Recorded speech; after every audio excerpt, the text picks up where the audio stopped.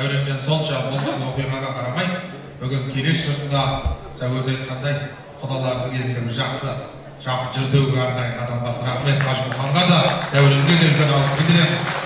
Осы ақындардың көшін, жырдың керуенін елге алып келіп мінекей Құрбан айттың 3-ші күнінде Жарқынбекте кешегі жыр жамбозын еске алып, облысымыздың 6 жылдығын, ауданымыздың 6 жылдығын, баршасының берекені рухани немен астастырып жатқан аудан әкімдігіне Жәнібек Есенұлы бастаған меге ұжымға тағы да ақындардың атынан, елдің атынан алғыс білдіруге рұқсат етіңіздер ағайын. Бәрекелді. Рахмет. Енді 3-ші жұп ақындары да сахнаға беттеп келеді. Ол біздің үлкен осы ақындардың қасына ере жүріп, талай биіктерді бағындырып, Жүрсін ағамыздың қасында ең осы айтыстың бүкіл қыр-сырын меңгеріп, үлкен сахналарда, үлкен айтыстарда оза шауып жүрген жүйрігіміз Алматыдан Шұғайып Сезімхан ұлдарымыз мінекей сахнада. Шұғайып жан, қайдасың? Шұғайыппен айтысатын ақынымызда отал емес, күміс домбыраның алғашқы иегері, біздің арыстан шыққан болашақ айтыстың үлкен арыстанын айналатын Нұрмахан Жақпен ұлдарымыз.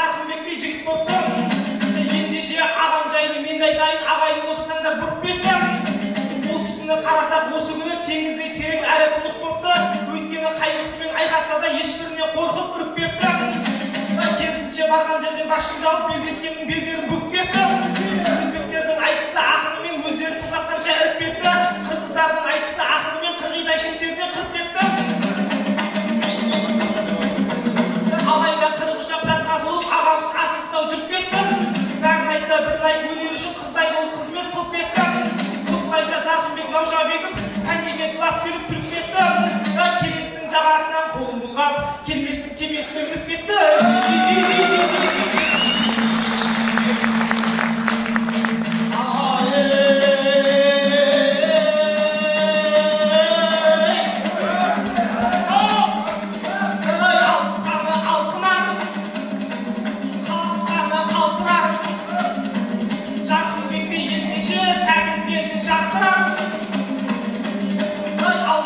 söz қасам, айтысымды баста деп, жарысқанды жасқа деп, оң жағында отырған пәрменбесі дәу тұрарым. Бүгін менің жанымда белдесуге бет бұрған, Алатаудан ат артып, қарсылас топ кеп тұрған Шұғайыптай жарты барым. Неден болса көрейін жүк болыпты мықтымен, байқасам бұл Шұғарының даладай кең даңқы барын. Бірақ несін қорқайын, кім келсе де тоңдырмас, қаршадай ақ баласын қошеметсіз қалдырмас, алқалаған алдында Сарыағаштың халқы барын.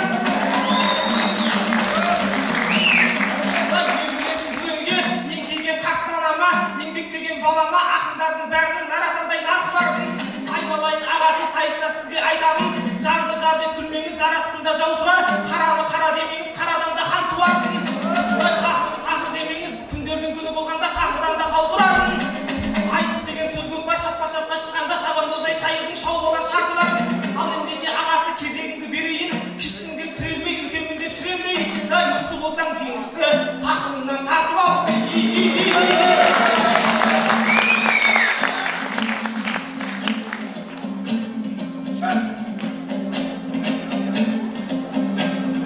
Келестің келген сәтте ахо жиегіне оу сүбелі сөзбен сыйлас еліне жеңісті тақымымнан тартып ал деп тілімнің іліп қойдың тиегіне қарағым қарағанда қан туар деп тақырдан да кей кезде тау тұрар деп көпіріп көп сөз айттың үйеміне сен тумайып тұрған кезде домбыр ұстап жырмен қатар төгілген күйегіне үлкенмін деп бұл жерде шіренбе деп ақылсынып қоймадың жиеріме 5 минут ақыл айтып ол қанды іштім ғой 5 тал сақал өсті деп биегіме құтылған жан секілді дара қаштан нұрмахан құйындатып ала қашқан қасында Шұғайыптай жарты бар дейді жолдас балам секілді араласқан жарты басты адамның сөзін айтып жағамыздан жармасып жағаласқан қошамет сұрап отсын көрерменнен бұл өлкеде өстім деп бала жастан Сарыағаштың қалың ел қиқу бер деп қарадай қателесіп қара басқан пойызбен кеп қабыланып ми айналып қайда бара жатқанын қарамастан бұл байқұс әлі күнге о білмейді екен келестің бөлінгенін Сарыағаштан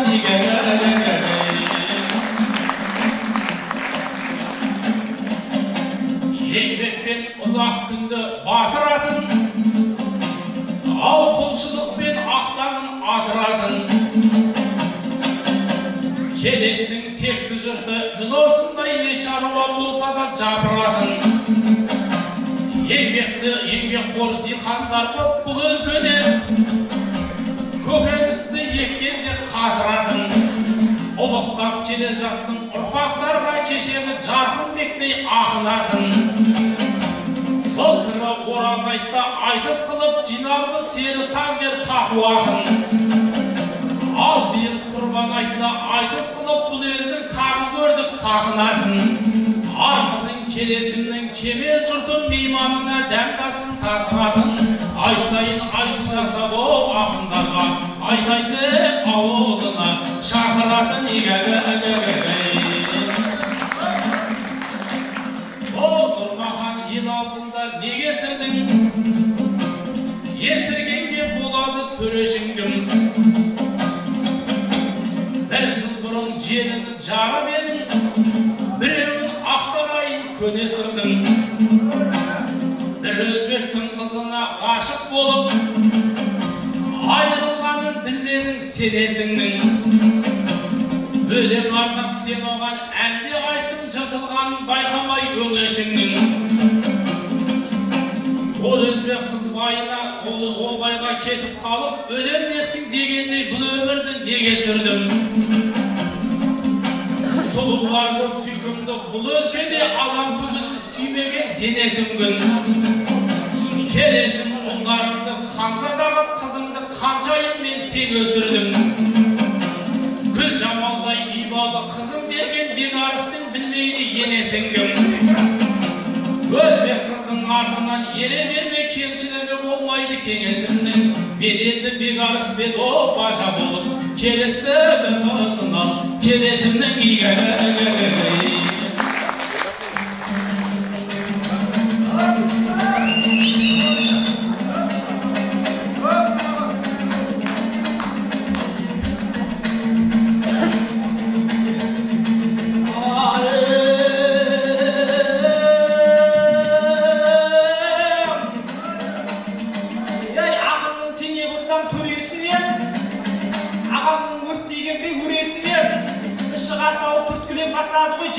Қадаймын деп жебесіне азғандай сақалында қылжақ қылып сүннеттің сай келетін көнесіне сүйегің жарты метр дейді сосын сеніп тұрау сорайған денесіне аз босағыл жағына адам таппай жабысты Бегарыстың енесіне қысқасы шұғарсызды түсінбедің жырқылдап жас баладай өнесіне осы күні өз теңін тауып кеткен өзбек қызды сөз қылдың немесіне қатының жыртылғанша бір өзбектің ақынын салмаймысың елесіне атыңа ұят болар келген кезде келелі келесіне бір жолға қатеңізді кешірейік ондай сөзді айтпаңыз келесіне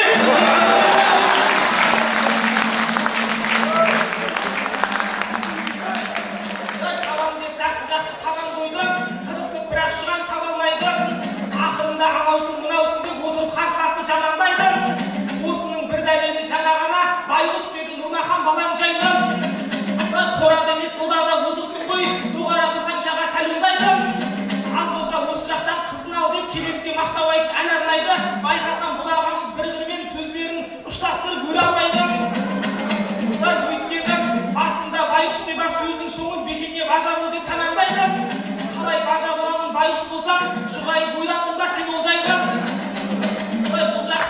бұл жақтың мықтылығы белгілі ғой байлары итпен емес жекпенен балайдайды қысқасы келесімнің аруларын келген кеткен жарғылып қала алмайды бектеріңіз болмаса Бегарыстай біз сияқты байғұстар ала алмайды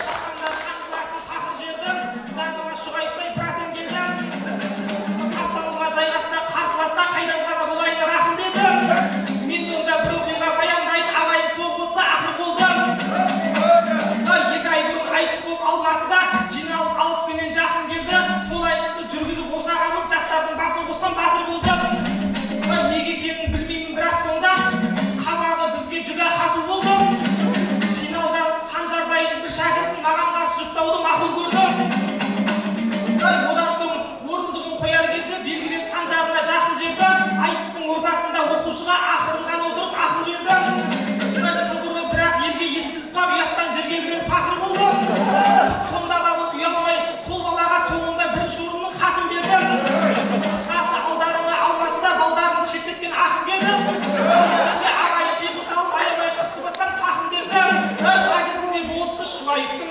шаруасын шешетін сәтім келді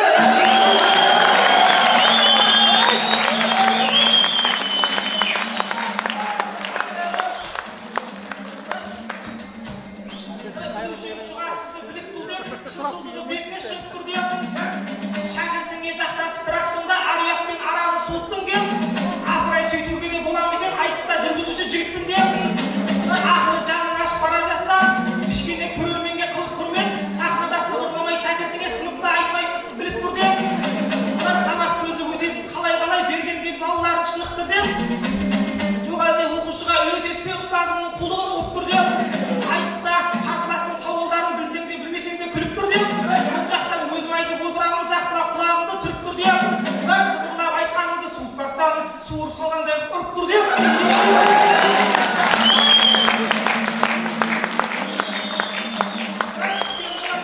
түскенде шұғайыптай көзін қолда ағайын балдарының сөзін қолда ағасы есімізден кетпейді әлі Алматыда қамаған кезін тұрған амалсыз іштен тұрып кетіп едім таусылып тұрса дағы төзім сонда ал енді сол тірлігің үшін бүгін алғыстап беріп жатсақ азырхан ба қысқасы қызыл көрген қырандай болып кеп тұрмын толып екі көзім қанға ал ендеше соңғы бір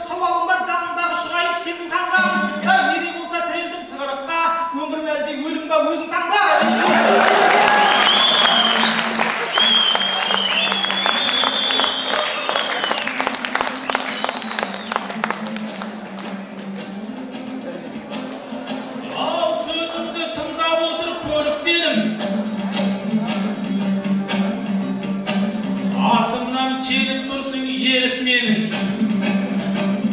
Sen айтқан Алматыдағы сол айтысқа кеудеңді келмедің керіп оқушыңмен айтысып санжарды деп қалың елді өзіңе елітпедің. Суырып алғаныңды сала алмай қап аузыңның төктің аппақ көбіктерін. Сыбырлап Нұрмаханды ая дедің, жаныма батқаннан соң деміккенің. Жер болып жеңілсем де үшінші орын беріп сенің бағаңды кемітпедім. Ал енді ауылыңа келген кезде даңғарадай болмасын бөріктерің. Жақанның айтысына келіп тұрып өтінеп өлімді айтып желікпедің. Сен одан өзіңе өмір тіле, өлімімді тілейсің неғып менің. Өлақынды тіріпке келді десем, тырақынды өлтіргей келіппедің айы.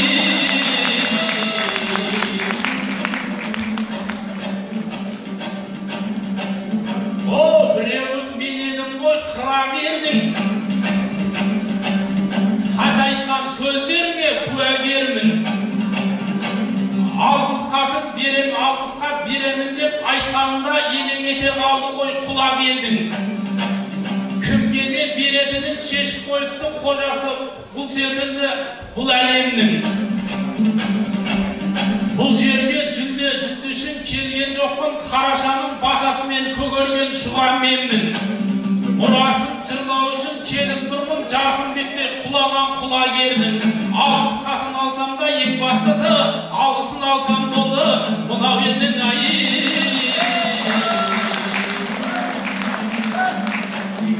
О, ел ішінен табады ер кәсіпті, өлеңмен тауып жүрсің сен нәсіпті.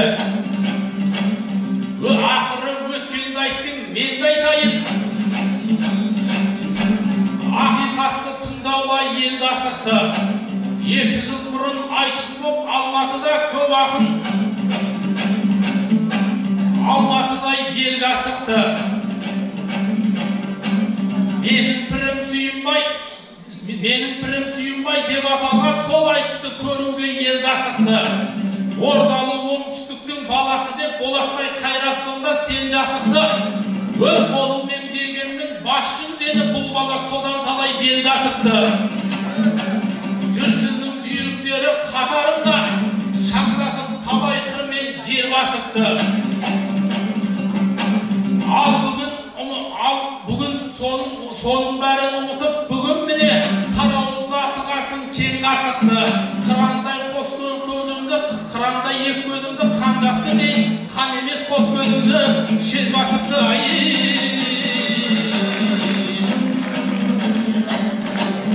О, келесің топырағың алдын тасын бөлек,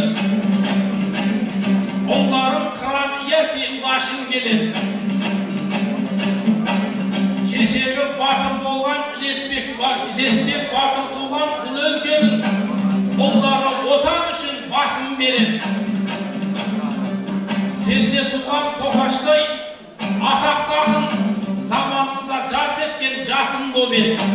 Нематтың қаламменен жазып кеткен қазағым зерттеп жатыр ұрасым бөлек.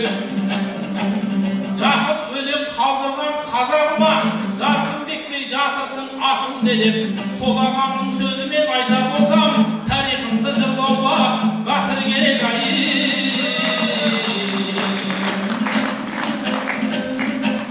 Ау айтысқа келген кезде ауын ішегім, қар өдеумен қандыршық қауым шөлін. Домбырамен сабалап жөнелесін кетіріп сөздің шырын нәрі сөлін.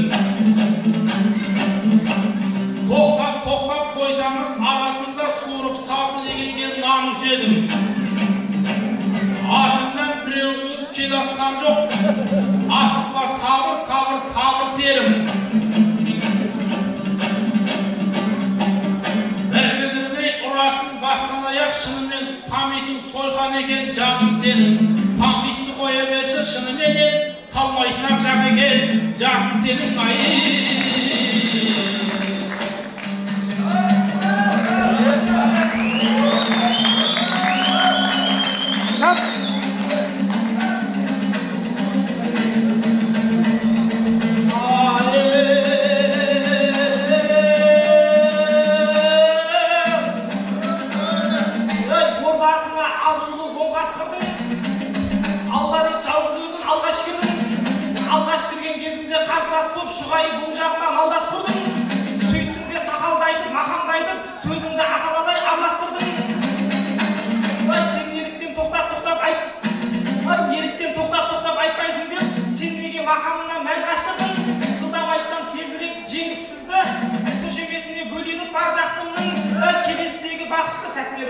Keledi әрі қарай жалғастырғым.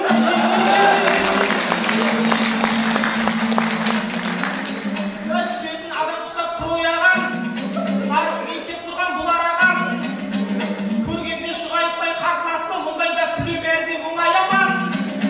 Мағынасыз жырыңнан ұйықтап кетіп, бір тыңдап көріп қалсам, мағынасыз жырыңнан ұйықтап кетіп, сөзіңді тыңдап қалсам бір оянам. Алматыда аядың деп қоясың, өлеңді өтірікпен құрай алам. Негіз олай сапырмай жалған сөзді айтысу керек еді шынайы ағам. Жюриде мен ұстазым отыр бүгін, секілді тарихтағы ұлай ағам. Ақжан апам қазыда қолдап отырса, мұндай сәтте қояды кім аянам. Дүние алма кезек деген қазақ, сондықтан сізге айтамын бұлай ағам. Кеше бізді аясам шұғай аға, бүгін сізді аясын құдай аға.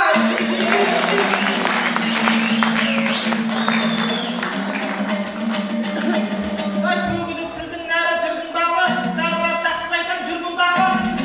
Сіздерді сәл көрмесем сағынамын, сарбаздай бұл 40 жыл қырғындағы. Моңғолдың әскерлерін елестетсем, байларының малының мыңғырғаны, сұлудың сырғасынан кем түспейді, суының айлығында сыңғырлауы.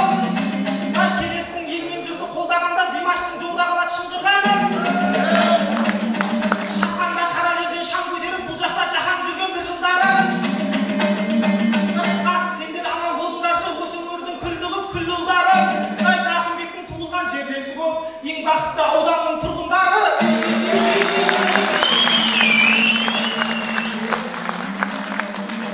Бүгінгі бір миссия алсам, шұғаңмен қоштасайын қолымды алсам, ағашты бері келші бауырма, жақсылап бір басайын бауырларша. Осыменен айысты аяқтайып, айып етпей артық кеткен жерім болса.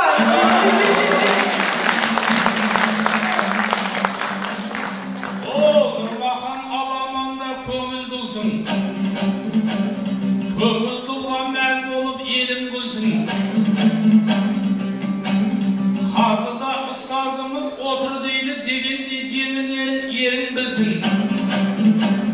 Осындай үлкендерді көзір қылып,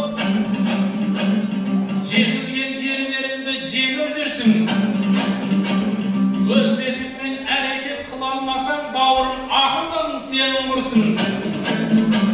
Ата сақал аузыңа шықса дағы әліміңді апамды еміп жүрсің. Мағжан атам сендерге сенім демен, ал сен Маржан апама сеніп жүрсің ай.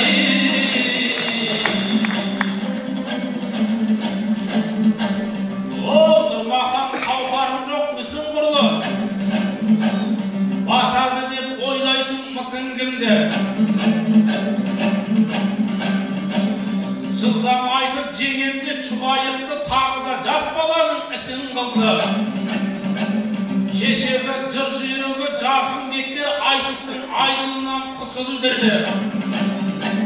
Сен құсап төкпелетіп жөнелмей-ақ, айыппен тыңдарманды тұшындырды. Өзіне жүлдалуды мақсат қылмай не қылса да ел халқы ішін қылды. Арқаның мақамына салып алып азулы ақындардың тісін жұлды. Сары майдан суырып алған бұлдай, сабақтап әрбір сөзін түсіндірді. Асықпай айтысып ақ аламанда, асығы алшысына түсіп жүрді ай.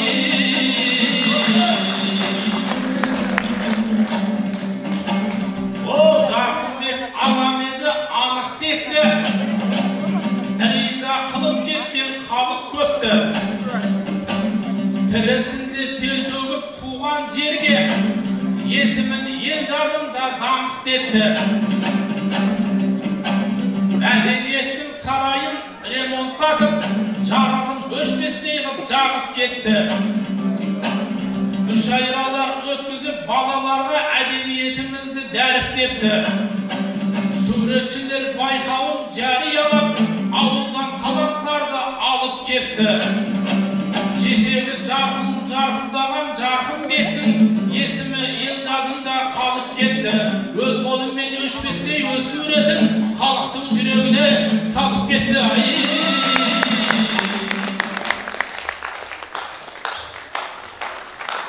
Бәрекелді, шығайып сезім бар. Нұрмахан Жарықбек, үшінші бағында қалай болды ағай, бір қосып қошемет жасап. Құрмет күтінсеңіздер құлағы. Өте жақсы. Бәрекелді, мінекей Нұрмаханымыз да бүгін жетіліп, талай додаларды, талай жүйрікке айналып, талай алапандарды атоздырып жүрген жайы бар.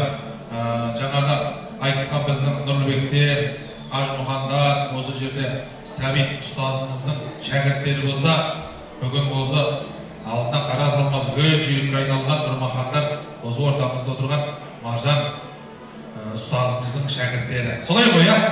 Мінекей ұстаздардың алдында шауып жатыр шәкірттері, оның өзі қандай мақтаныш, топтан оза берсін. Ал енді мынау Шұғайып балдарыңызды жаңа сөз арасында әдемі тілге тиек етіп жатыр. Алматыда Абай атындағы педагогикалық университетте жыл сайын менің пірім Сүйінбай атты республикалық жас ақындардың студенттерінің айтысы өтеді. 60-ға жуық ақын қатысады. Қазір қанша жыл болды өтіп келе жатқан.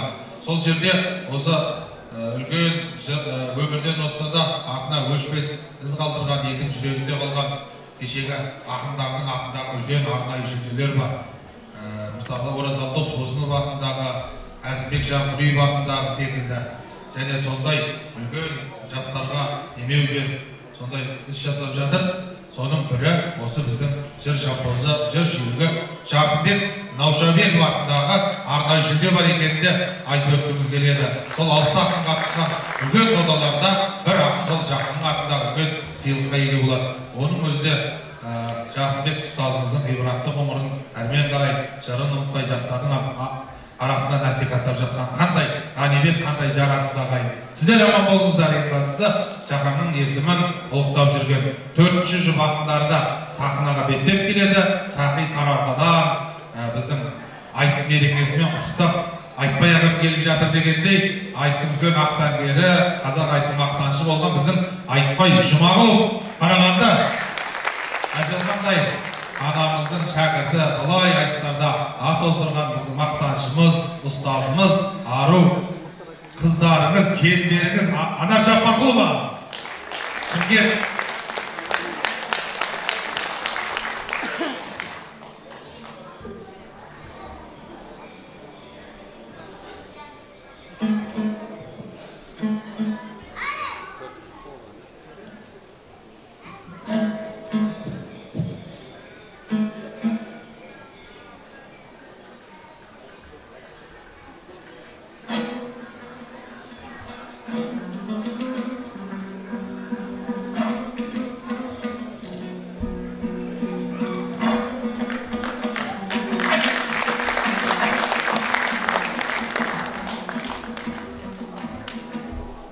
Келдім арғымақтың жалын түйіп, өлеңнің өскен ұлен дәнін жиып, арқадан дұғай сәлем ала келдім, қырқадан құлағандай қалың киіп. Жарқ етіп Жарқынбегін шыққан кезде, жырларын тыңдаушы едіңіз жанын сүйіп. Жарқынбекке арналған айтыс бар деп, шәрбаның келдіңдер ме бәрін жиып. Ассалаумағалейкум арда қазақ, жанынан қоятұғын арын биік айып.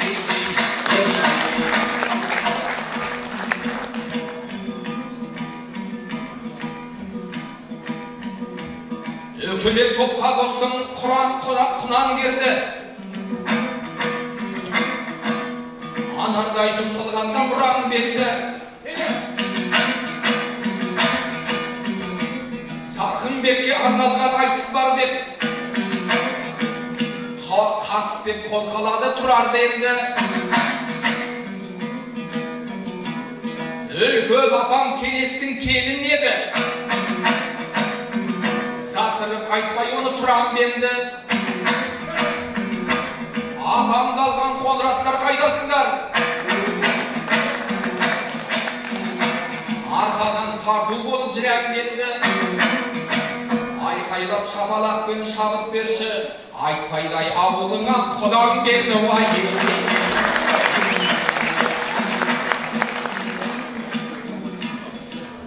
Қасыма анардай тұрсайын деп, бүгінгі айтысында мұңшуайым жоқ. Сен де келін екенсің бұл келеске, бетін тауып отырмын жұмсайын деп. Құдаңа қызмет қылсайшы құрақ ұшып, келеске жатқан жоқ қой күн сайын кеп ай.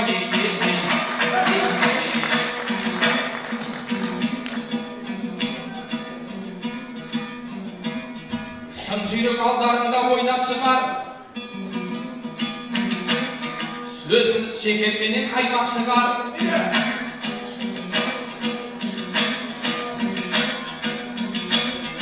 Әже атанып немере сүйіп отсын, бөрік емес бас қорамал байлап шығар.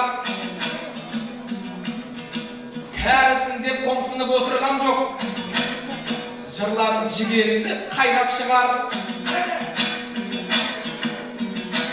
Келестің қасиеті сол емес пе, жерінен судың өзі қайнап шығар. Ағайын шапалақпен дем бергенде, мылқаудың өзі мұнда сайрап шығар. Келеске келген кезде кемпірлерде, келіндей жана түскен жайдақ шығар.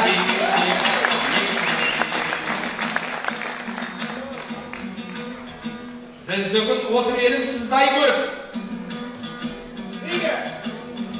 қол жетпес тұрсын ба сен қыздай болып. Кітапханаға директор болғаннан соң қатайып отыр міне мұздай болып. 15 жыл сеніменен айтысқанда сөздерің қарушы еді тұздай болып. Қайын жұрттың төріне шығып алып, құлпырып отырсын ба қыздай болып.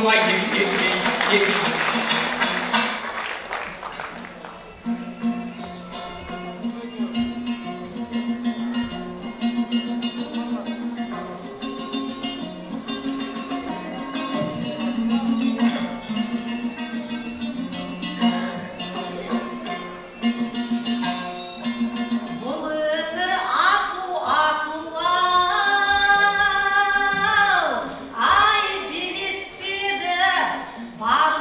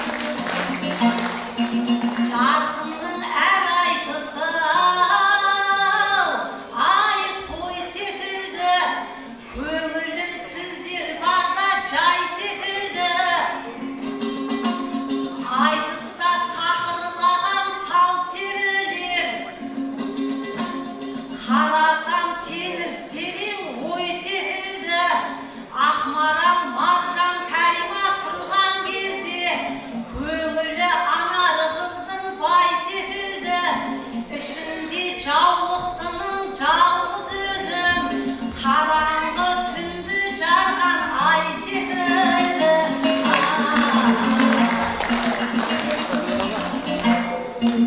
Сарағаш келес менің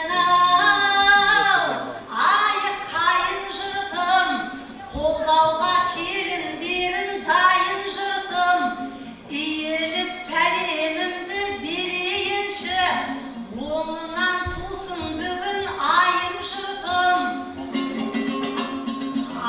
Әуелі ел жұртыма сәлем бермей, келеді қай жерімнен ойын көрдім.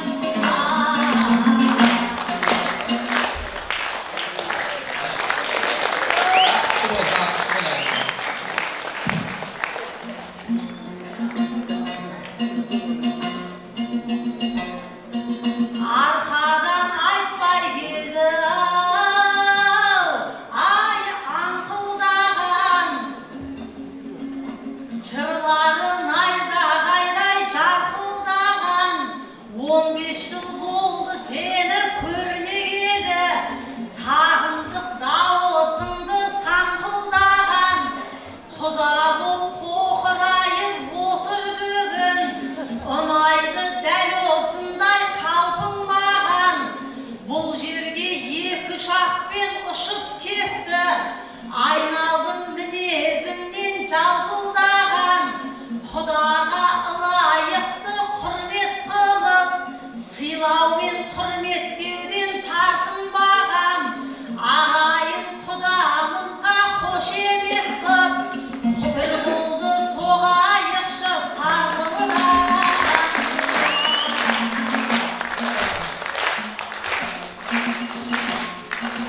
Арқадан келесіме ай айтпай келді, Айбекте 3 күн бұрын айтпай келді. Қасиетті 4 ана қасымызда, Сәбитпен Бөрібайда айтпай келді. Бегарыс тұқаменен мұха бастап, қайнатпай жырғазаным қайтпайды енді.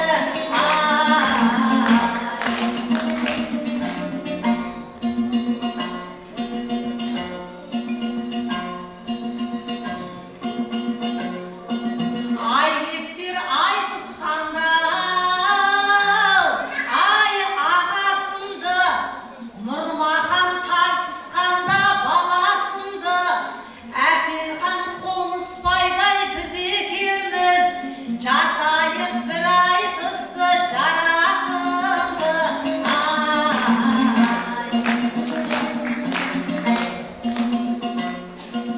Бұл айтпай бізге сапарау, ай нақ кетіпті, бабалар құда жолын сап кетіпті. Келеске бір әпкемді бергем дейді, солармен қайнағама бақ бекіпті. Әпкеңіз осы елдің келіні екен, сапарын біздің жаққа сәтті етіпті. Бірақ ол Астанада тұрады екен, өмірін жеңіл қылып жақсы етіпті. Ойпырмай абысынның пысығын-ай, төркінге қайнағамды ап келіпті.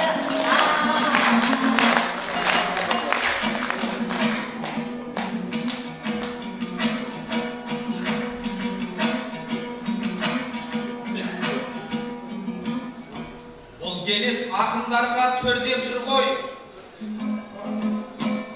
жырмен Жарқынбектің шөлдеп жүр ғой. Ақ кеменің жездемді ақ кетті деп, ананың қасындағы теглеп жүр ғой. Екеуі де ақ халатты дәрігерлер, етек-жеңі ағайын кемдеп жүр ғой. Астананың төрінде ойнамайды, олар барлық халықты емдеп жүр ғой.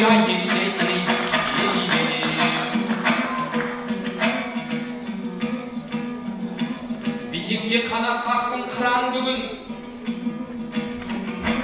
салтанат құрып төрде жыран бүгін.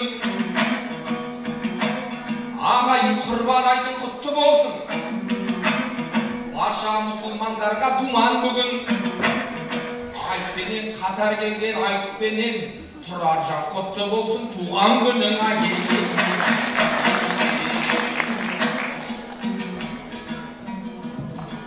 Шығасап шүйліктің қой шағыма, жан едің тиіспейтін кісі арына. Айналайын пойызға билет болса, айналып алматын ұшағыма. Тасықтым асып жатқан байлығым жоқ, асықтым құдалардың құшағына келген.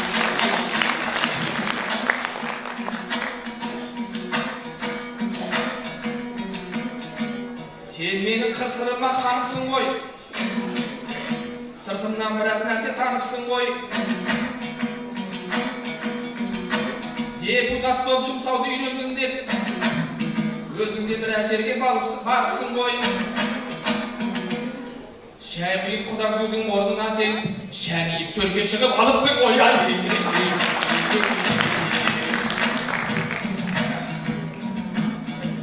Анаржан сенімдерді ақтайсың ба? Салт пенен дәстүрлерді сақтайсың ба? Қызмет қылып билікте жүре бермей, қызмет қылып қайындыққа жақпайсың ба? Қалаға күйеуіңді тарта бермей, табағананы салып жақпайсың ба? Егізден де қаптатып сегізден де ата-ененің көңілін таппайсың ба? Карима Ақмарал мен Маржан ұсақ айтысты залдан бөліп жатпайсың ба? Қақшаңдап мына менен айтысқанша, ақшалы қақшаңдап мына менен айтысқанша, ақшалы қаз десем отпайсың балай келген.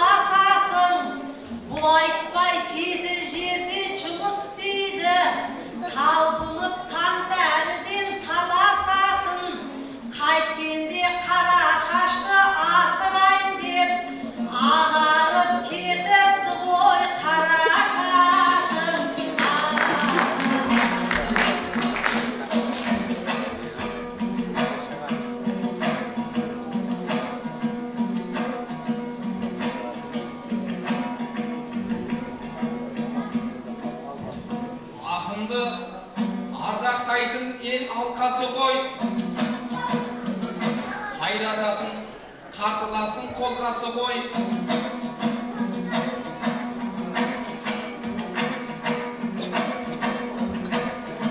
Айтпайды жеті жерде жұмыс істейді деп, сахнада ел атап айтасың ғой. Арқырау жүрегімде жарқырап мен, үйдегі қара шаштың арқасы ғой.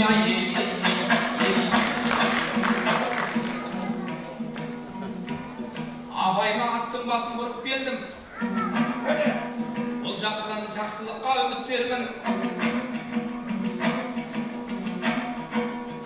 Байлығымнан аямай Құдай берген, айлығымнан халыққа жүріп бердім. Менің жеті жұмыс істейтінімді анажан айтшы қайдан біліп келдің?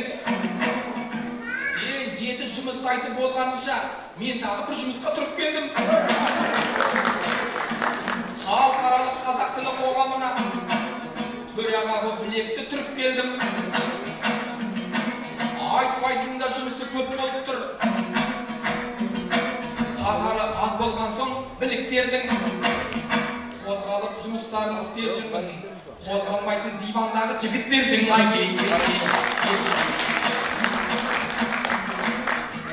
Тіліңмен айналайын білем дейтін, мынауын тірлік екен түгенбейтін.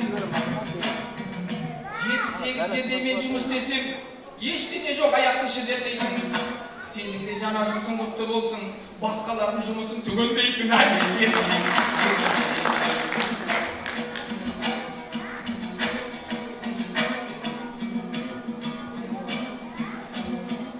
Ақындар ел алдында алтын басын, айтарға ақиқатты тартын басын.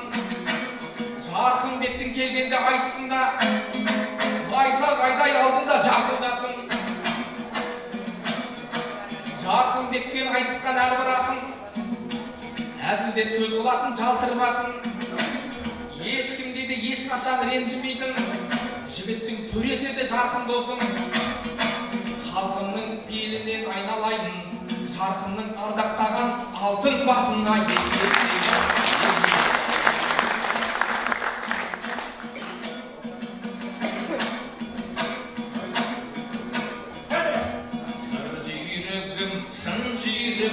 Жарқынбек айталамын әрбір сөзі алтынбек, шынға біткен шынары дайын жігітек, жырлап өткен туған жетім халқымбек. Бағындырып қалай биік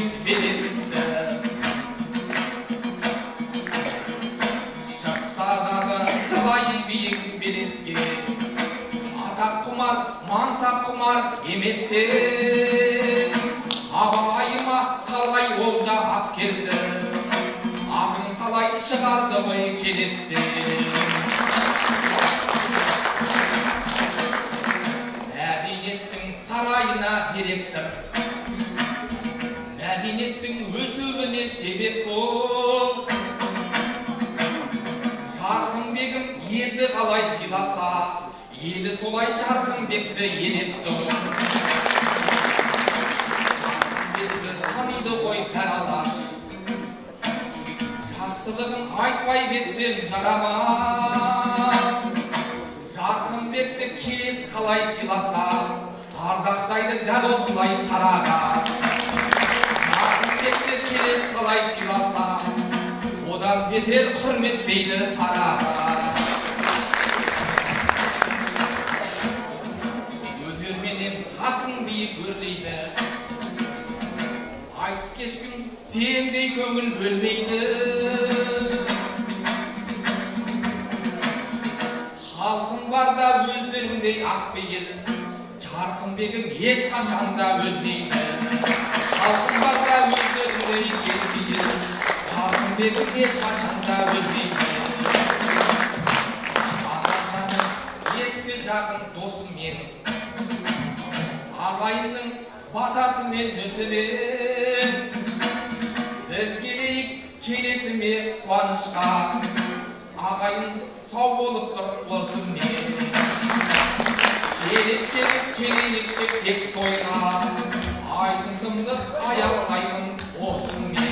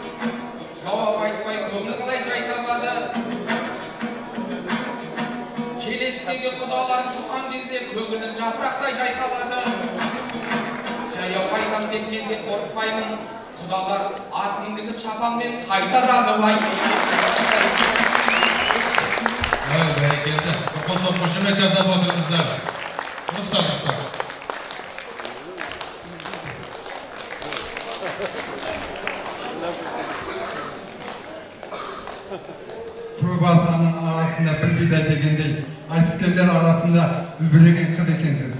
Өнерің өрге бассын. Осы күнде Келес ауданының дін ескерлері атынан және Қарналы қария тең қоғам ұйымының атынан ұсынамын.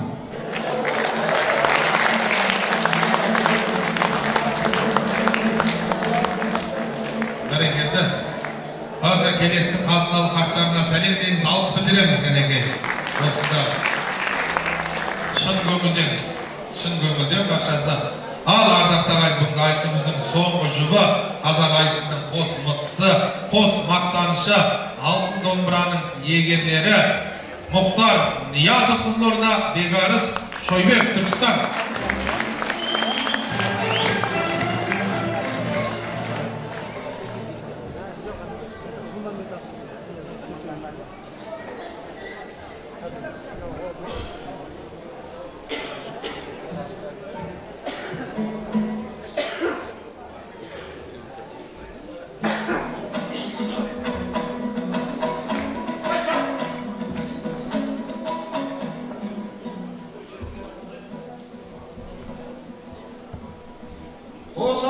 келді алдыңа, жырлап шығар.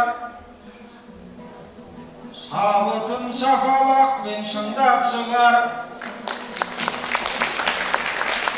Осы жерге жиналып отыр екен, байқаймын келестегі кіл жақсылар. Жүйкесі мықты екен ғой бұл кісілердің, анарменен айтпайды тыңдап шығар. Ағаларым джентльмен сияқты ғой, микрофонмен үштейір гүлдап шығар. Осы қалда бірақ та ризамыз дей алмамыз, сөздері құрғақ шығар. Келестің беріп жатқан үш тал гүлі, 300-дің ықласынан ей шіркін қымбат шығар.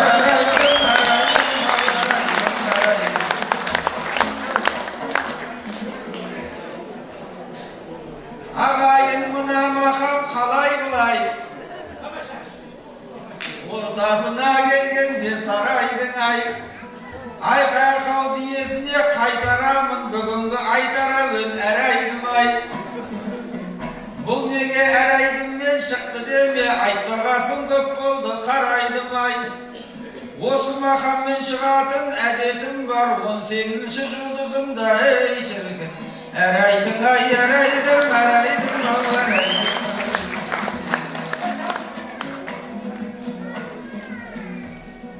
Қолымыз тимесе де денесіне, жаһанның алданамыз елесіне.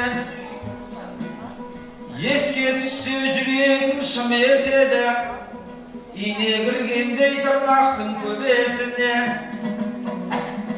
Кешегі бірге жүрген асыл шақтар, көпті көрсем түседі көбесіңе.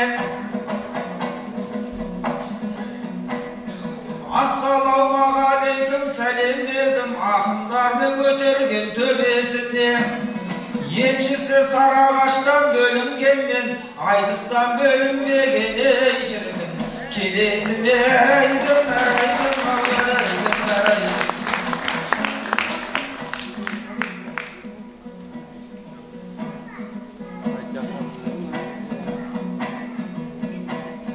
Өмірдің басы сайран, арты қараң, тағдырдың ұғу керек шартына да. Алған Алланың бергеніне шүкір дейміз, алғаның қалай кері тартып алам. Бес-ақ күндік кеудеңе жанын қонақ, тағдырлық істі болмас талқылаған. Жарқынбек Наушабеков ардағым ай, жырлары бұлақтай боп сарқыраған. Маңдайыңды сағындық күндік жерден, майласпалттай көрініп жалтыраған. Алтын адамды айтамыз осы біздер, жәкеңде артық шығар бәлкім одан. Себебі ол сарбаздың сыртындағы сауыты ғана алтын жалтырағы жарқыраған. Аузын ашса жүрегі көрінетін, жәкеңнің ыстық әркез қалқымаған. Қазынасын жинаған жүрегіне, алтыннан қымбат маған ей шіркін. Жарқынаған әрайдым, әрайдым, әрайдым, әрайдым. Шапалақ ұрып тұрса халқын қатты, ақындар ағалмастай жарқылдапты. Жаһанның шарапаты осы емес пе, еліне жылда айтыс ән тыңдатты. 3 жыл болды тоқтамай жүріп жатыр, әкімдер сақтап келет салтын қатты. Былтыр ғана шілдедей шыжып тұрған мына залда керемет салқындапты. Ақындарда жан-жақтан төріне кеп, қаздауыз қазыбектей қаңқылдапты. Жаһандардың өмірі сарқылғанмен, артында өлең жыры ей шіркін. Сарқылмапты әрайдым, әрайдым, әрайдым.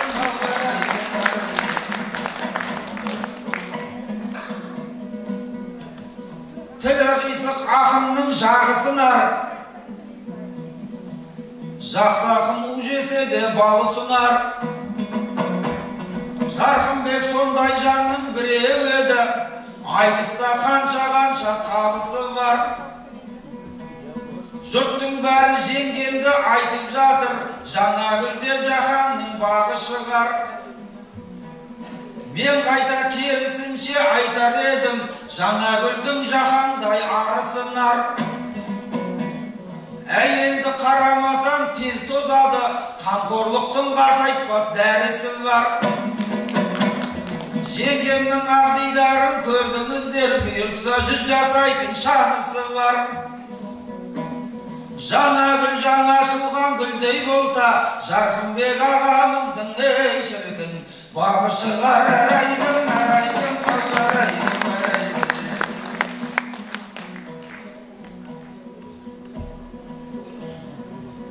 Шабатын жүйріктерден ең алысқа,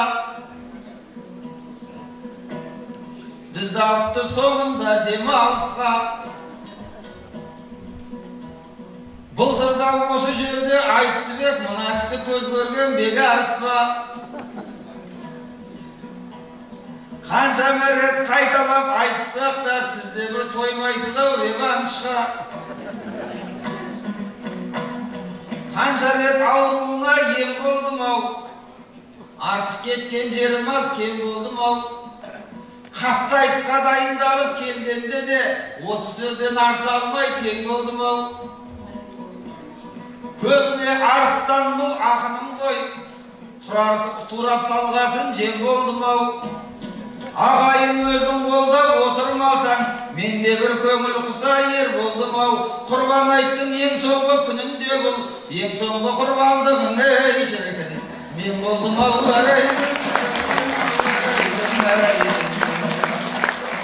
Сонда да бекең келіп табандайды, жықпайды, жыға алмайды, ала алмайды. Тұрар кеп жұптағасын бойсынады, дей алмаймын құрығын сала алмайды. Атын айтса тағы да ғайбат толады, айтайын қасымдағы ағам жайлы. Тұрар менің сағанда айтарым бар, қарсылас берсеңдерші маған жайлы. Қазақстан жаңарып жатқан менен неге осы қарсыласым ей шіркін, жаңармайды арайдың, арайдың, арайдың.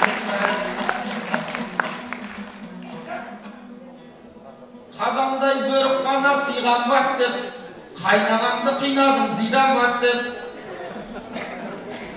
Қанша рет Жарқынбекті шырқыраттың, ойладың басшымын жаны қиналмас деп. Сонда қайдан түсіп жүр зидан ойға, жақсы ақын жақсы тіркес жинамай ма? Жаһанның басының сонда, бағасын білсем сонда, ағамыз шапқан сайын ширамай ма? Не болды енді өмірден өтіп кетті, қаншама сөздерді айттың сыйған ойға.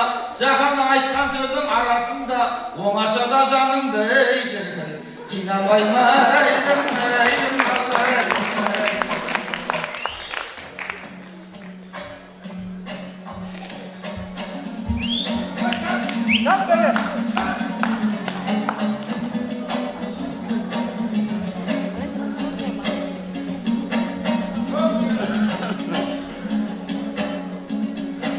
Алайын кезегімді әрайдымнан,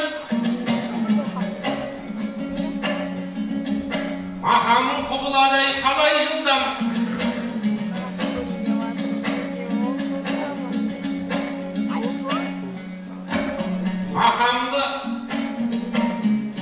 Мақамымды құбылтсам бек тұрсынға,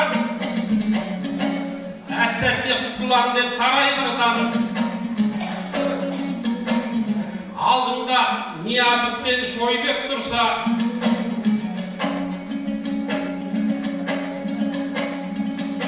алдыңа шайнекпенен шайнек тұрса, құрбандық шалмай енді не қыласың, маңырақ Мұхтар деген қой кеп тұрса.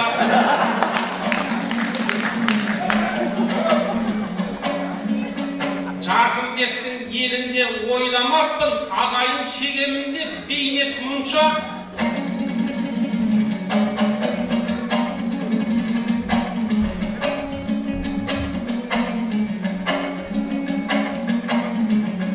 Құрбандық қылу сені оңай екен, басыңа неше түрлі ой кеп тұрса. Kasaptың да көңілі бұзылмай ма? Шаланың құрбандығы сөйлеп тұрса аяғы.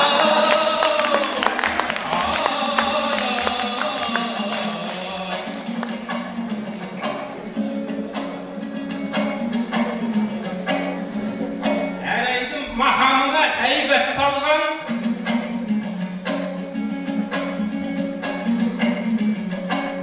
бар ойын ел аузына шайнап салған,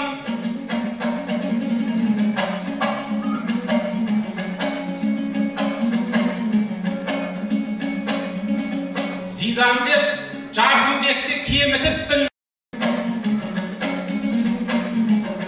Осылай мәлімеді кейдақтарған.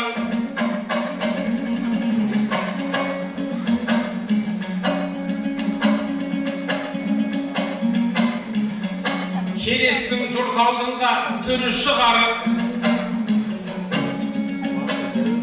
келес жұртын бекеге қайрап салған. Мынадай құтырған ғой көрдіңдер ме, тіліні әруаққа айдап салған.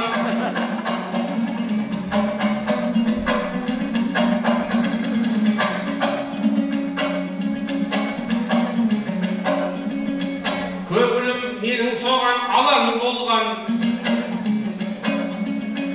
жерім жоқ айтар сөзден қаран қалған. Мен Зиданға теңесем Жарқынбекті бағасын көтердім ғой надандардан. Зидан деген футболдың жұлдызы еді. Зидан деген футболдың жұлдызы еді. Тамсанып қызықтауға шаман болған. Мен оның жұлдыздығын ерте көрдім. Мен оның жұлдыздығын ерте көрдім. Себебі аузымда тобан болған. Құдай бізді сақтасын ағайындар, жұлдызды көре алмайтын адамдардан аяғы.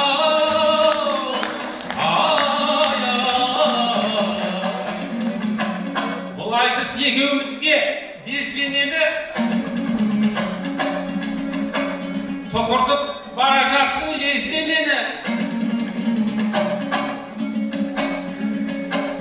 Қарсыласың жаңармай қойды дейсің. Тиеме деп халықтың сөз көмегі.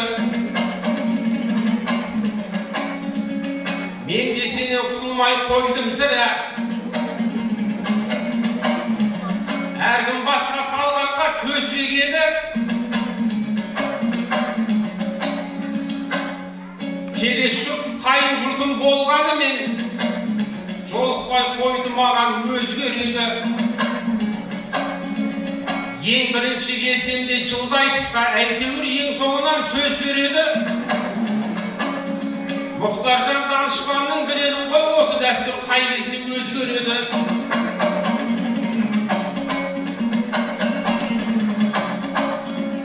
Сенің айтып тұрғаның шын секілді. Сенің айтып тұрғаның шын секілді. Жарқынбек қазір бізге шын секілді. Жыл сайын Бекарысқа жолған деп жігерін жасымасын құм секілді. Былтырғы айтысына қарағанда қарқыны бұл Мұхтардың тың секілді. Жылға келіп дандайсып бара жатсың. Бұл мұқан көпті көрген құл секілді. 3 жылда бір шақырып тұру керек. Құтырған ақындарды бұл секілді. Таңдайыңды кептіріп бұдан 3 күнде бір береді су секілді. Аяғы.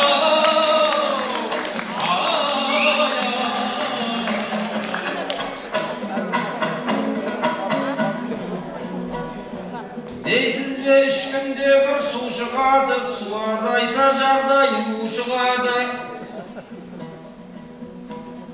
Қолынан келіп тұрса Бекарыстар құмалағым түскенше қусын әрі. Құрбанды қалай сөйлеп кетті дейсіз, Қызылордадан Мұхтардай ұл шығады. Тамағымды қаната қоймайсыз ау, Мұхтардың қанаған жоқ тұмсық әлі. Tokmakka kaşan dedi şıday verin. Kısıladı elinde kımsınadı. Kuva versen koyanda batır olup, soya versen koydan da eşirdin. Tık çıkarı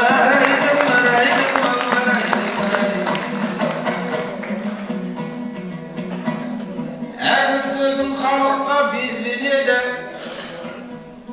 Kulağım estigendi, göz göredi. En soğunan söyledim de renciptir.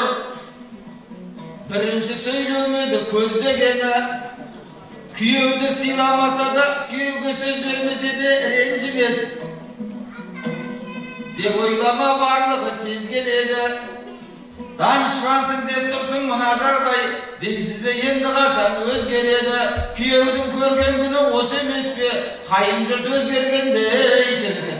Özgeredi.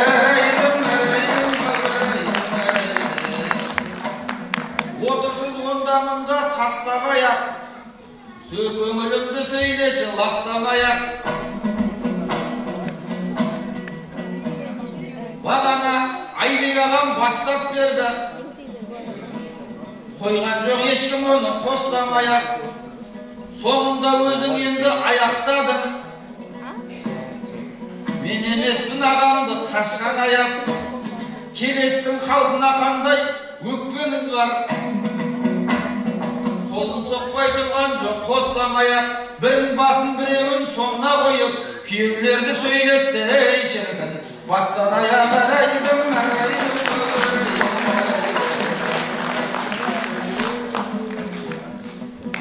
Basına türlü koy geldi koy. Közüme türlü koy geldi koy. Kele salıp kayınjurttu sınamağınız, tünümen töbesinden jay verdi koy. Özüңмен birge kondum men de sonda. Asabamın kayta may boldu koy. Kayınjurtka aytsamшы algısımdı. Жиен boy деп balana tay berdi koy.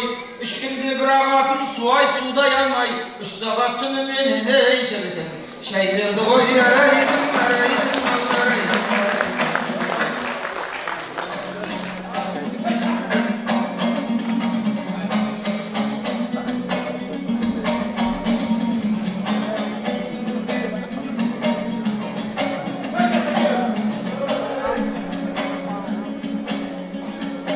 Uaqıt sırgıp ötse ayağım sağımdayım.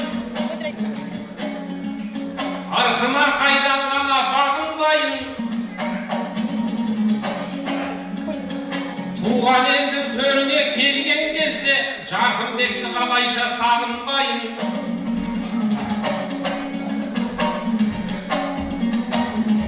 Құрметім қайынжұртқа ерекшеді.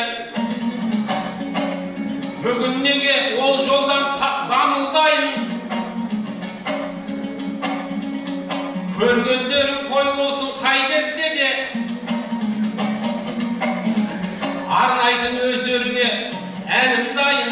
Дәстүрлі айтысыма келген кезде дәстүрлі құрметімден жаңылмайын аяға.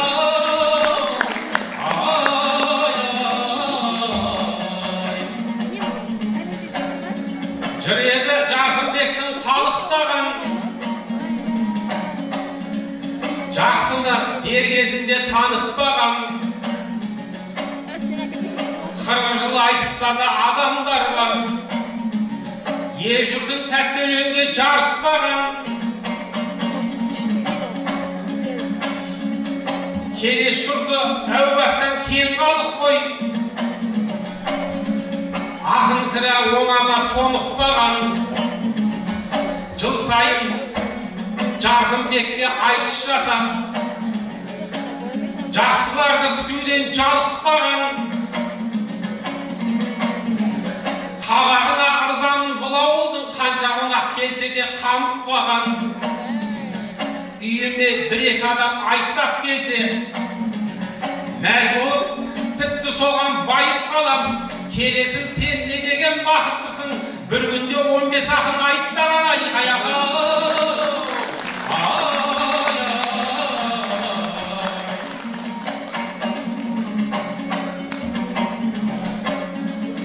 ел қойлы еңбекпенен күн көретін, жатпастан шаруаға күндеретін,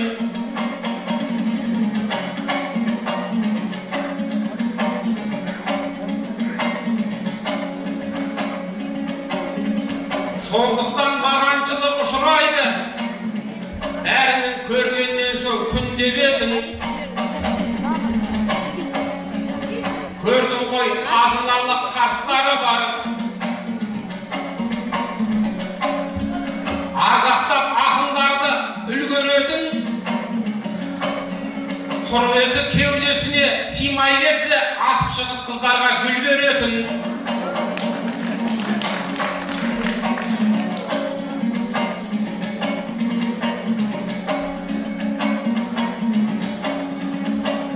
Ырзамын қарияға ұқыпты әлгі, құрметін көрген жандар жұтып қалды. Анарға әдемі гүл беріледі, мына жақта Тұрарда күтіп қалды. Тұрардың туған күні екендігі білесіздер бағана пысықталды. Анарды ырза қылам деп жүргенде Тұраржанның тамағы ісіп қалды.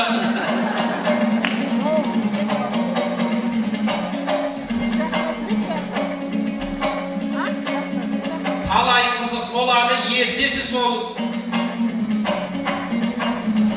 көтерсін ақындардың еңсесінен. Тұраржан туған күнің құтты болсын, ешқашан ортаймайтын жер төсі бол.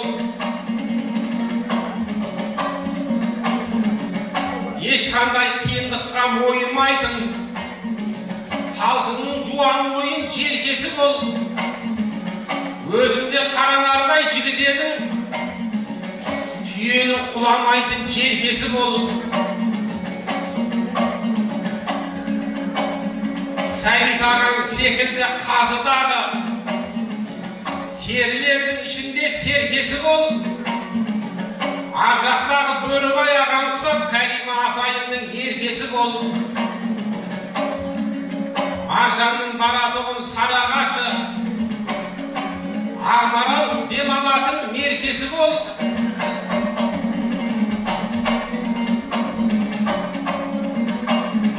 Сен арқылы танысың қай кезде де, қазыналы оңтүстік өлкесін ел. Қайраймызда, біз сені шыңдаймызда. Әңгімені сен жаққа бұрмаймыз ба? Туған күнің күніге болмайды ғой, ал Тұраржан бірдене қылмаймыз ба?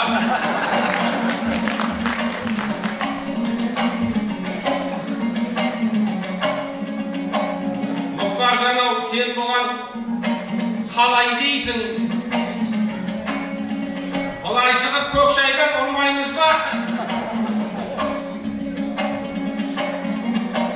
Артүйедей Тұрарды мақтап Мақтарал кәдесінде жумаймыз ба? Біздерге қалай айтыс қауіп берді, өз ақшасын өзіне қимаймыз ба? Ал мұқа тойға шашу деген болады, қалтасына бірдене құймаймыз ба? Биылдағы 2000 қосамыз ба? Былтырғыдай 5000-нен жинаймыз ба?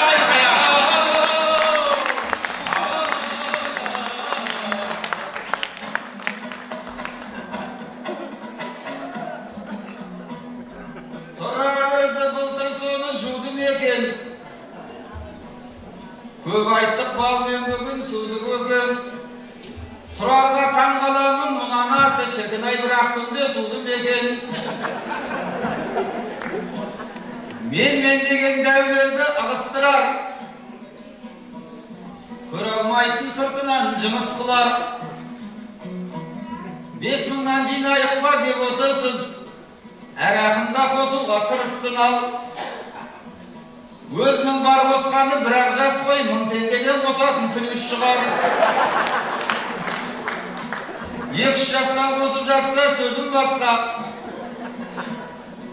Демеңіз мұның арты қос шығар. Бар ақын бір ананың балалары сондықтан тұрар бізге туыс шығар. Мен бірақ ер бағасын көтерейін.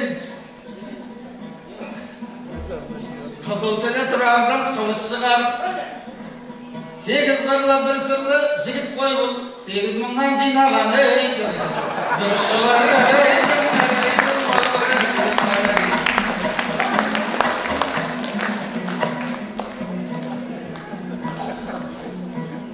Барады деп ойлама досым қайда, айтысын бұрды деме көшім қайда. Төрде аудан әкімі отыр міне, тапты деп ойламаңдар тосым қайда. Ақындар 5-10 мыңнан жинағанда әкімдер 150-ден қосылмай ма? Жәкеңнің талайларға таласы бар, ел алдында керемет бағасы бар. Басында Жарқынбекке ұқсайды екен, Тұрардың Жарқынбектей ағасы бар. Ағаң болса ат мініп қайтар едің, атыңденді әкімнен таласы бар. Ағамызға ендеше қол соғайық, әкімдердің халыққа бағасы бар. Тұрарға сиятығын кәстім шалбар, осы Жәнібек ағамда ей шіркін ғана шығар.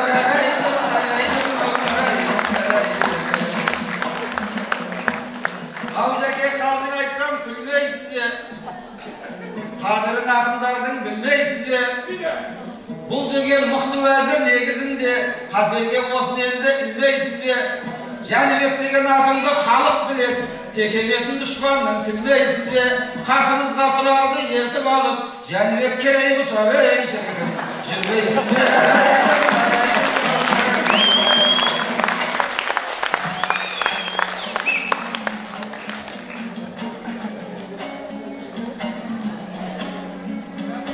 Әкімнің бірден айттың размерін шипалап шыққансың ау біраз жерін.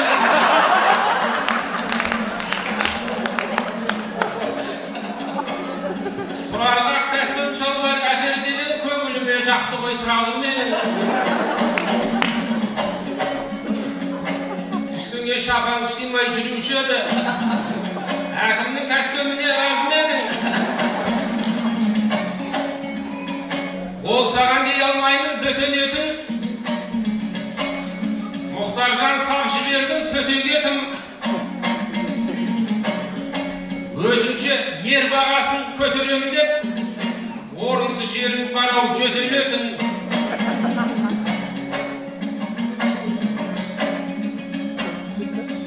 Ал сондағы қосқаның 3.000 теңге. Тірлік қой бұл ұяттан кетелетін. Мен мұндай көтерем қой көргенім жоқ, шашуды 3.000 теңгеге көтеретін.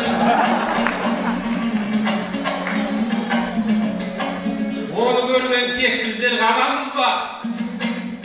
Айтқан сөзін қап қойдау санамызда. Бұл туған күн үлкейіп бара жатыр.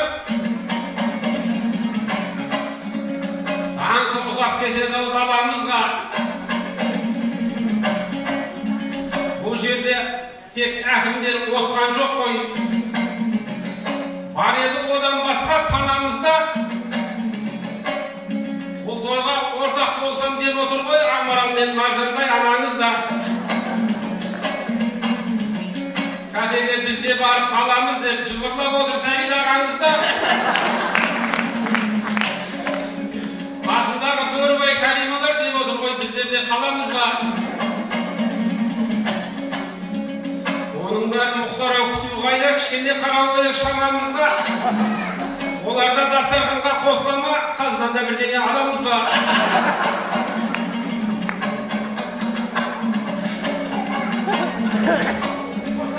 Ақындар дей көрмендер неге сараң? Мен неге көпшіліктен бөле шабам? Қазыда да 7-8 адам бар, қазыда да. Біздер көңіл бөлмеміз неге соған? Оларды қосу керек десе неге? Мен қазір пейілімді төге салам.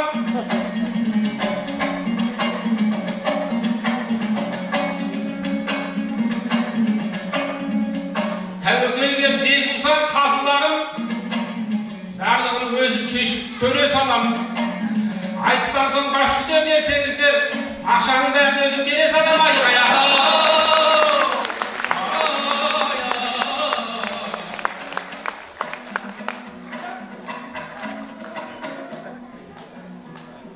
Бұл бекен талайларды алдап жүр ғой. Bir ümitке жалғап жүр ғой. Сондағы 3 мың деп көтергенім, Мұхтардың қосқан ақшасын толғап жүр ғой. Жаңа ғана көрдім үлкен кісілерді, сахнада сақалын талдап жүр ғой. Мен қайта 3 мың теңге қосып тұрмын. Бұнда талай үміттерді жалғап жүр ғой. Анардайын аруға осы жерде 3 тал гүл беріп кеткен ей шіркін. Шалдар жүр ғой.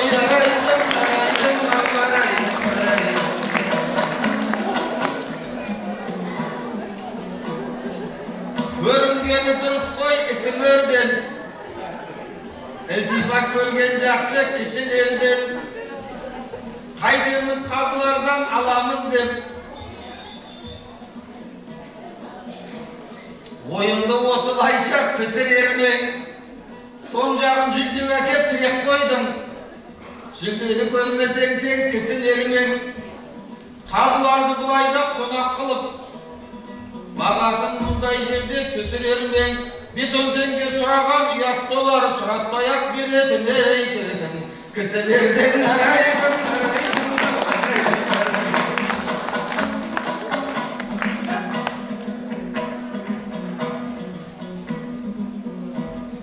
Қанатын балапанның қақтырар ма, қалжың айтса жамағат жақтырар ма?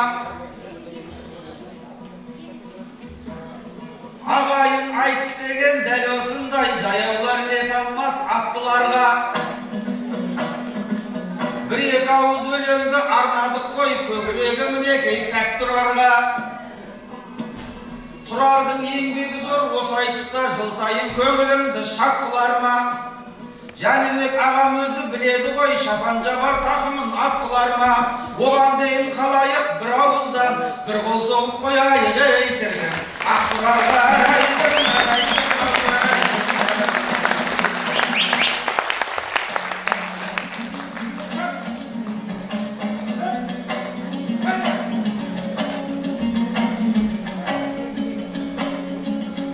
Қанша рет сахнада беттесейік, сыйластықтың шегінде шеттесейік,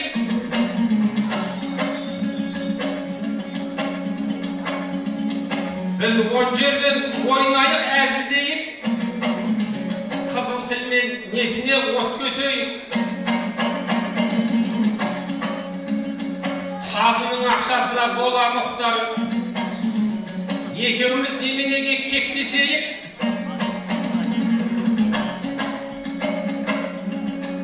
Қасы баспай келе кім алса да қазыны сол көтереді деп шешейін.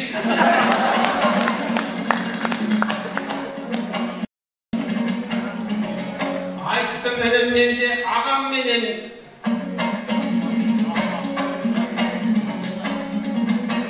айтыстым ініммен де ағамменен, артық жерін көрген жоқ жаман деген.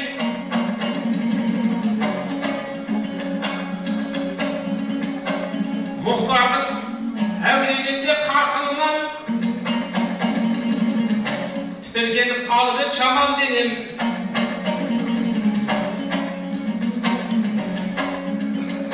Оңымсып өлайымсып отқанынан ішінде бірдеңесі бар-ау деп. Шалдарды айттың ұшақтал гүл берді деп. Мен болсам ондай жомарт жоғау деп. Ағайын айтсам деп кім ойлаған, шалдармен санасатын сараңменен. Ағынан айналайын алталашын, қандай салмақ салса да тарқаласын. Жақындек туып өскен еліне кеп, армансыз кеңі дау бір арқа басын. Жақындектің елінде басталған той, қазақ аман тұрғанда тарқамасын айқаяғы.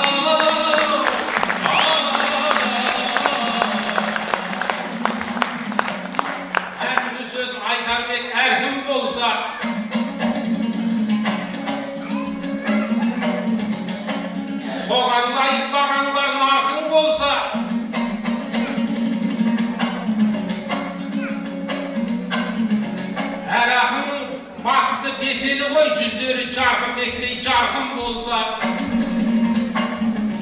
мына ыстық залға келер еді. Жарқынбекке көңілі салқын болса, 40 жыл өткен сонда ұмытпайды, осындай қасиетті халқын болса,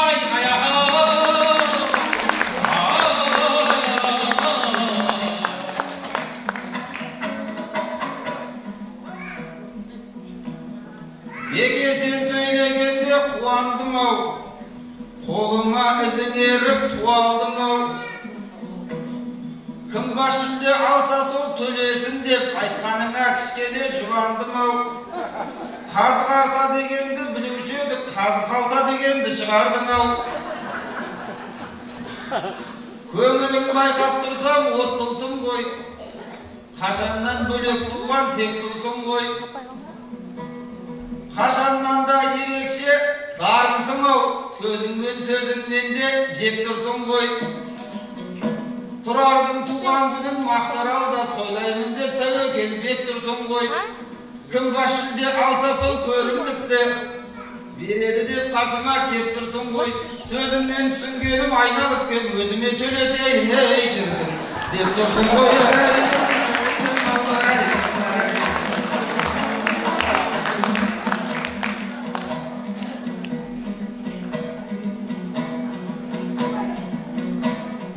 Айтқанды әрбір халық аңғарама, айтысқа қазақтай жұрт таңғалама. Қазақтың жер-жерінде өтіп жатыр түрлі айтыстар ханғараға. Бірақтан атаулы болған үшақ айтыс бар еді біле білсем, оны халық аңғарама. Біреуі Таразда өткен Жамбыл айтыс арналады Жамбылдай Нарбағаға. Біреуі Алматыда Сүйінбайға. Жастар айтыс сонымен жалғанама. Үшіншісі осы айтыс ағайындар, үміттерің үзілмей жалғанама.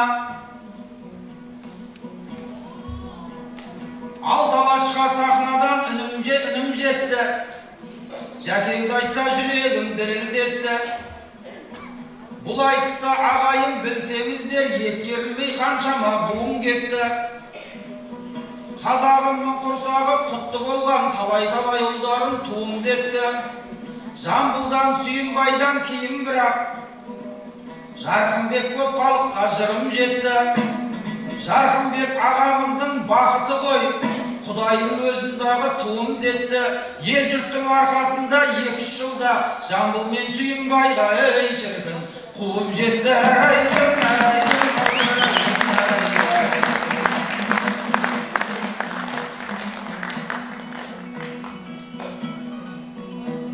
Жыр біздің байлығымыз кенімізде,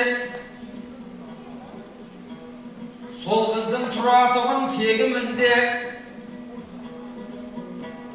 Дәл бүгін қасымызда болмаса да Жарқынбектей жанаған көгімізде. Алда жаста шығады ізбасарлар, шыққан күнде ағайын сеніңізде. Жыл сайын осы жаққа кеп тұрайық, қол соғудан шаршама тегімізде. Жәкеңде бір айналып осылайша күлім қағып тұрсын тегей шіркін төрімізде.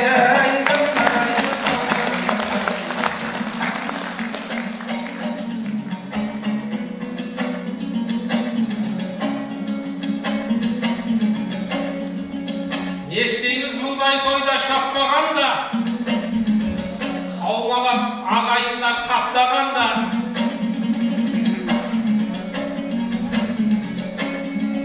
Бәрін өзім төлеймін деп отыр ғой. Бас жүлдені өзіне шақтаған ба? Жоқ әлде сигнал беріп қойдыңдар ма? Қазылар Мұхтар деген ақтағанға. Ақыры бәрін Мұхтар төлейді екен, онда түгелгеніңдер мақтаранға айқаяға.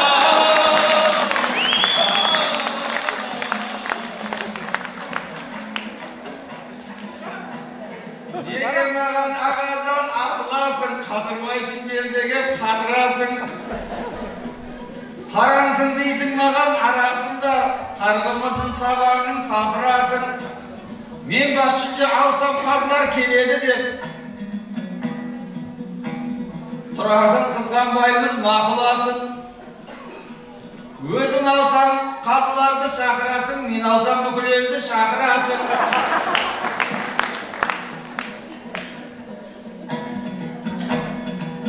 Аянбайды бұл мұхтар алар болса, таусылмайды келесте тағам болса, мен де бүгін сарқылмай төгілемін қасымда бекарыстай ағам болса.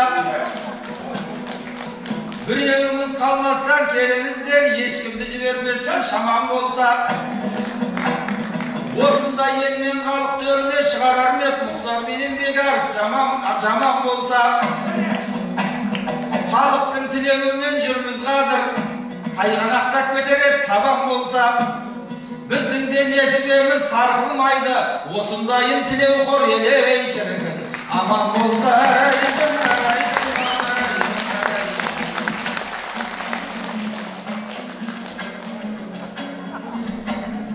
Ағайын бір жаңалық ашпаймыз ба? Елде жоқ бастандыны бастаймыз ба?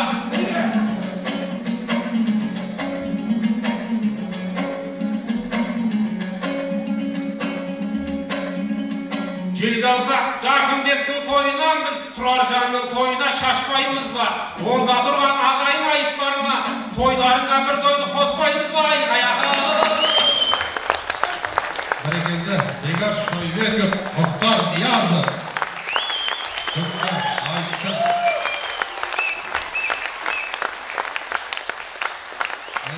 Көпті айтсын нақты тамаша нүктесін қойды. Қалай ағайын, 5-ші уақытта ағайсы ұнады ма? Ұнаса тағы бір қошемет білдірейік.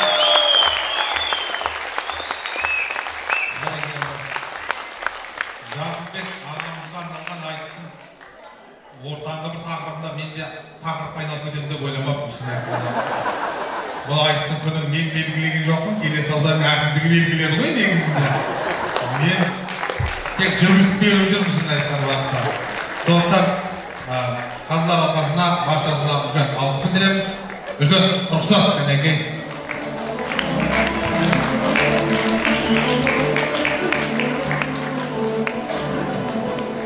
Қадірменді қауымымыз, бүгінгі Тұрар бауырымыздың туған күніне біздің ауданымыз атынан, осы бүкіл қауым атынан бір шапан егісек, рұқсат етсеңіз.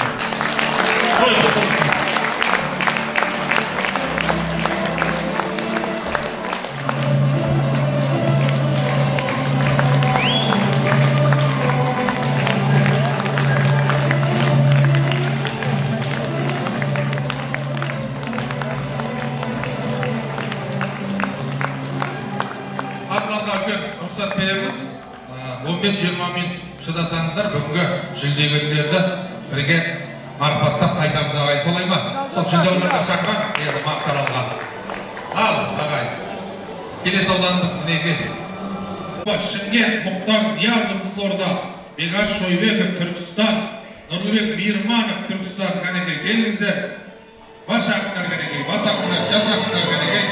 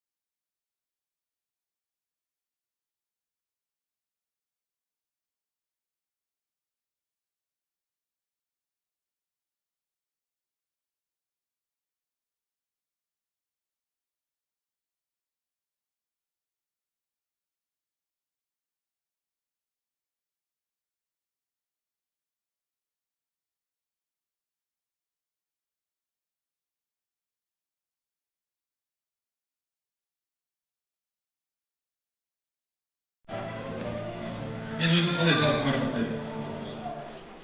Әбдіхалық Әбдірайым ұстазымыз, Қазылар алқасының төрағасы.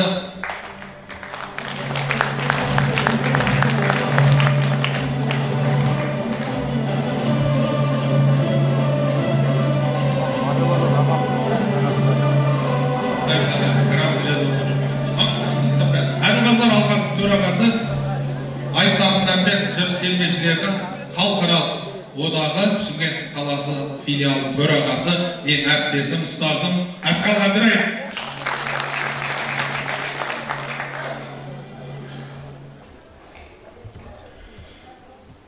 Ағайын, ассалаумағалейкум. Құрбан айттарыңыз қабыл болсын. Айтқан жете берейік. Мен енді айтыс талдамай қойын. Бұрынғы бабаларымыз жоқ нәрсеге құлықпа, көзқарасты суытпа. Олар да жерді басқан ғой, әруақтарды ұмытпа деген. Міне керемет келестің аспанында жыр қалықтады. Жарқынбекті орландыр аунатты, халқына қуаныш сыйлады. Қазақстанның түкпір-түкпірінен келген ақындарға бір қол соғайықшы. Рахмет. Енді айту парыз, Жарқынбек өлмейді екен. Бекарыс аман болса, Мұхтар аман болса, олардың тұрар қолдаса, қалқы болса, Жарқынбек ғасырдан ғасырға сапар шегеді екен. Әкім мырза, Жәнібекінің жаңа айтты ғой, Жәнібектің қан керейдей болып жүрді. Жұмысың жемісті бола берсін.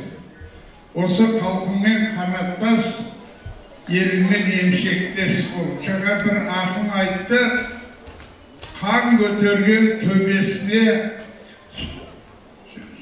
Жарқынбек елесінде деді ғой, елесінде жүре берсін. Бір ақын бір өткір ұсыныс айтты. Бір даңғырлаған түзу көше беріңіздер деді. Дұрыс па? Соны ескеріңіздер. Ақын деген шындықты шырылдап айту керек. Мәселе көтеру керек. Бүгінгі көтерілген мәселе Жарқынбекке көше берілсін. Оқыған мектебінен берілмесіне Жәнібегінің. Сол мектептен сынып аш, бізде үлес қосайық. Кәпені қоятым, соған атсалсайық. Кәпеге қазылар ойласып жатыр енді үлес қосайық. Барлық ақындарға рахмет. Мынау Қостанайдан бауырымыз Айбек келіп жатыр. Қарағандыдан әріптесім Айтбай келіп жатыр. Барлық ақындарға амандық тілеймін, отбасына келін рахмет, өсіп өнелер. Ақындар болса, талантты балдарың болса, ағайын өнер мектебіне, Қаратау мектебіне беріңіздер. Ертең осы жерде жүлде алып отырады. Рахмет, қазылар, әділ шештік, Бекарыстың жомарттығын көрдік. Алла берсін Бекарыс бейліңе. Үлкен алғыс білдіреміз, бір қол соқ қошемет жасап қойсаңыздар болады. Аман олар. Елбай кейін тұрсаңыздаршы баршаңыз. Болды ма? Әдемі ба? Жарайды. Олай болса, ортаға Жаңагүл Боранбаеваны және Кәрима Оралованы ортаға шақырамын. Арнайы жүлделер тапсырады. Бүгін неке келесі аудан әкімдігінің дайындаған үлкен жүлделері бар. Қазір өздеріңіз көресіздер кімдер қандай жүлдеге ие болғанын. Диплом Түркістан облысы Келес ауданы Абай ауылы Кенжеев атындағы Келес ауданы мәдениет үйінде өткізілген белгілі айтыскер ақын жыр Жампозы ақын Жарқынбек Наужабековке арналған жыр жүйрігі Жарқынбек атты республикалық ақындар айтысында үздік өнер көрсеткен үшін Көпбай Омаров атындағы арнайы жүлдемен және де 260 мың теңгелік сертификат Қашымхан Абзал марапатталады. Кәрима Оралова марапаттаушы. Көпбай Омаров атындағы жүлде. Артыңызда Қажеге сертификатын қайда деп менен сұрап жүрмеңіздер. Көрде тұр сертификат. Қажеге көрдіңіз ба? Дәл осындай мәтінде қазақ айтысының үлкен анасына айналған аяулы кешегіміздің Әселхан Қалыбекова атындағы арнайы жүлдемен бүгін оза шапқан мақтанышымыз біздің Нұрмахан Жақпек марапатталады. Және де 260 мың теңгелік арнайы сертификат Келес ауданы әкімдігі дайындаған.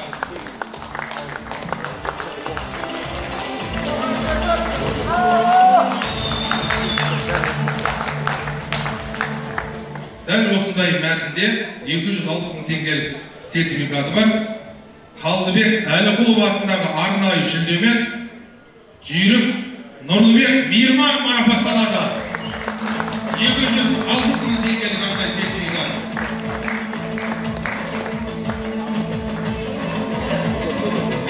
Ортаға Маржан Есжанованы және де Амарал Леубаеваны ортаға шақыруға рұқсат етіңіздер. Келіңіздер. Дәл осындай мәтінде Келес ауданы әкімінің арнайы жүлдесімен қазақ айтысының мақтанышы Бегарыс Шойбек марапатталады.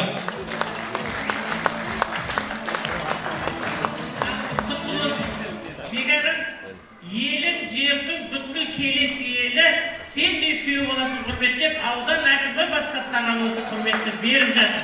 Мына бүткіл әкімдер айтып жатыр. Ертең елге барғанда не дейміз деп, бір ауыздан бәріміздің атымыздан мына сөзді айтатын болдық. Жақыпбектей азаматын ардақтаған ел көрдік. Бастан аяқ айтыс тыңдайтын әкім көрдік деп барады.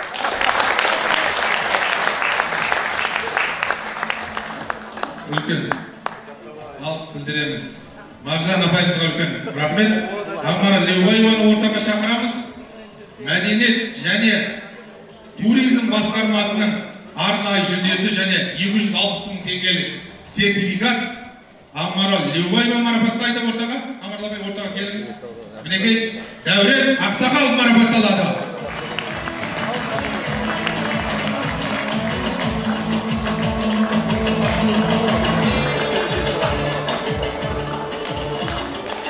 Амарал апай, ортадан кетпейміз, ортада болыңыз. Марапаттайсыз. Дәл осындай мәтінде жүлделі 3-ші орын және 400 мың теңгелік сертификат. 3-ші орын Шұғайы Сезімхан марапатталады. Алматы қаласы. 3-ші орын Келес ауданы әкімдігі дайындаған жүлделі орын және де 400 мың теңгелік арнайы сертификат. Маржан Есжанованы ортаға шақырамыз. Бүгінгі айтыста оза шауып жүлделі 3-ші орынға ие болған және де 400 мың теңгелік сертификат. Ол Сақи Сарыарқадан келген қазақ айтысының мақтанышы Айтбай марапатталады. Маржан Есжанова жүлделі тапсырады.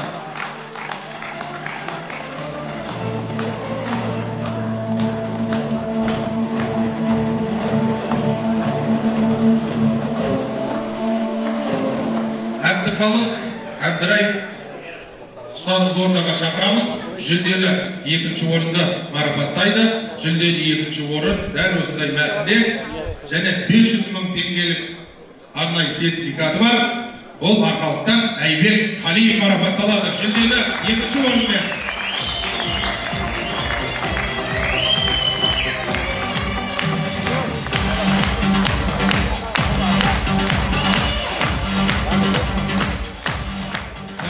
Ұстазымыз ортадан кетпеуін сұраймыз. Жүлделі 1-ші орынмен бүкіл осы ер азаматтармен бүгін иық тіресіп оза шауып берген. Ол жүлделі 1-ші орын және де Келес ауданы әкімдігі дайындаған жүлделі 1-ші орын 600 мың теңгелік сертификат. 1-ші орын Анар Жаппарқұлова марапатталады. Шымкент қаласы.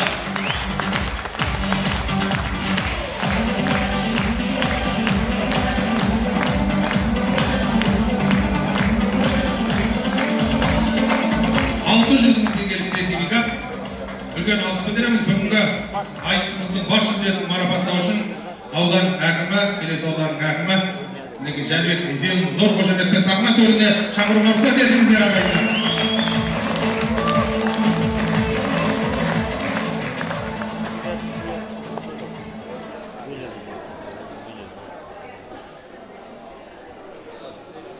Диплом Түркістан облысы Келес ауданы Абай ауылы Әшірәлі Кенжеев атындағы Келес ауданының мәдениет үйінде өткізілген белгілі айтыскер ақын жыр Жампозы ақын Жақынбек Наушабековке арналған жыр жүйрігі Жарқынбек атты республикалық ақындар айтысында үздік өнер көрсеткен үшін бас жүлде және де Келес ауданы әкімдігі дайындаған 700.000 теңгелік сертификат, бас жүлде сыр елі, жыр елі, қазақ айтысын мақташы Мұхтар Ниязов бас жүлдемен марапатталады.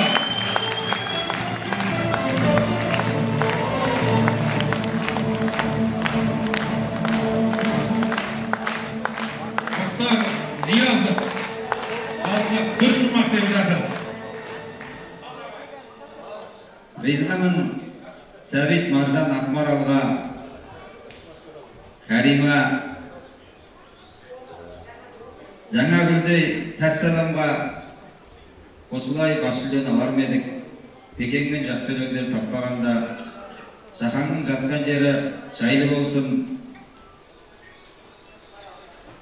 Жұмақтан жайын берсін, Жаппар Алла. Ақмарал апам ұйқас айтып тұрады арасында мен жылай таппағанда. Бір самсала жетер тарнар тәуеге алып кеттік ендеше мақтағалға. Рахмет, бүгінгі айтысты ұйымдастырған Бөрібайға сахна төріне келсеңіз. Бөрібайға сахна төріне көтерілуіңізді сұраймыз. Қосылып қошемет жасаймыз. Бөрібайға келіңіз. Бәрекелді. Осы айтысты ұйымдастырған Келес ауданы әкімдігі баршасына үлкен алғыс білдіреміз. Қосылып қошемет жасап қойыңыздар. Жақынбектей жыр Жампозын еске алған бүкіл ағайынға өздеріңізге алғыс білдіреміз. Келесі жыр бәйгелерінде жолыққанша деп айтқымыз келеді.